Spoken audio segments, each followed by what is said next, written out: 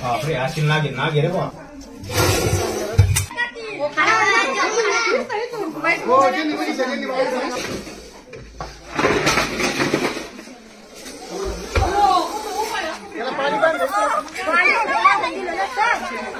त्यांना काय नाही चपली काय सावकाश आहे दिले बारीक घ्यायचं किती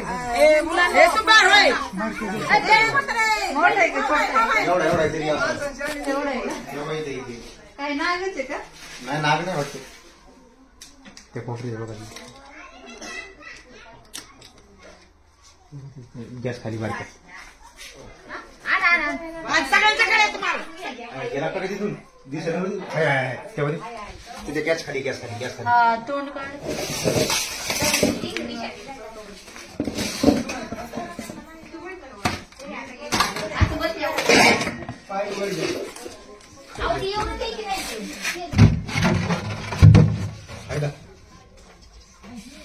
होता ना आता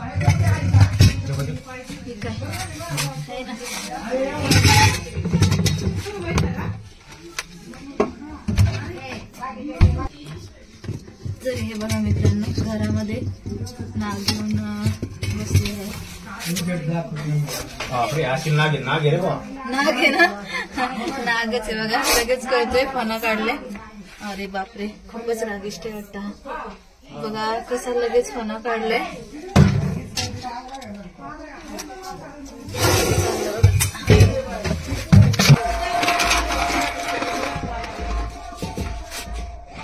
कोण गेला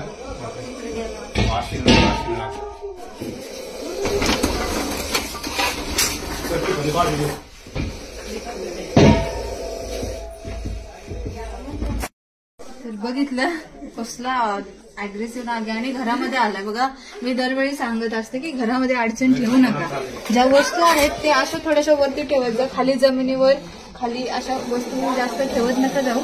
आणि घरामध्ये उंदरं वगैरे फिरतात त्याच्या शोधात मग शिकारीसाठी हे साप आपल्या घरामध्ये देखील चुकून घुसतात. तर असंच या ठिकाणी इंडियन स्पेक्टॅकल कोब्रा म्हणजे नाग आहे बघा. लक्ष गेलं म्हणून ठीक आहे पण जर चुकून अंधारामध्ये पाय वगैरे चुकून पडला असता तर मग आवड झालं असतं.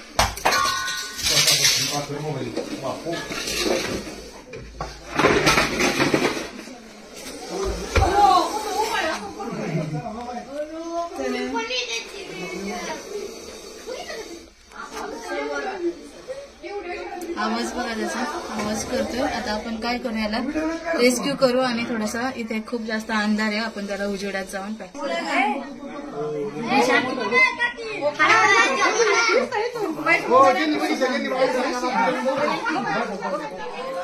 तर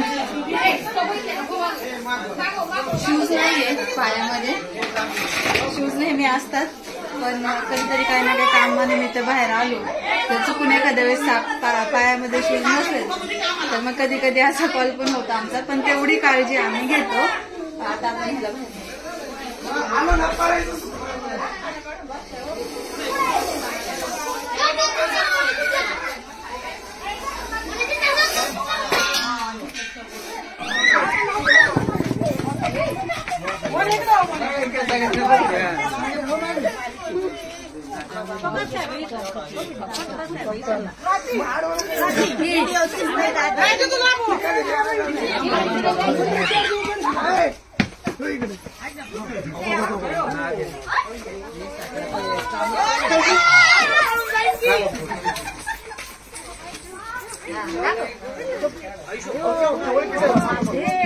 पाणी मागून दिलं त्याला पाणी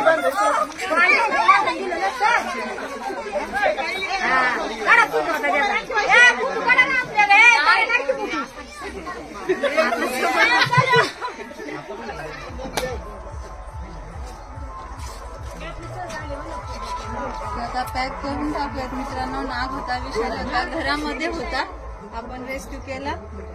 बरं झालं काही घटना नाही घडली चुकून पाय वगैरे पडला असता तर अवघड होतं.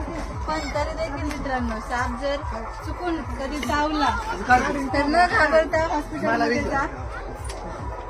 हॉस्पिटलला गेलात घाबरला नाही तुमचा जीव नक्की वाचेल.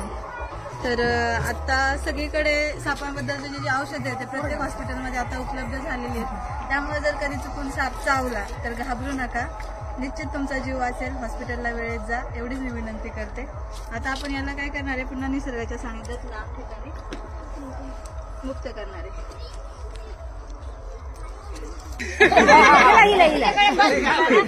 नाही हिला एक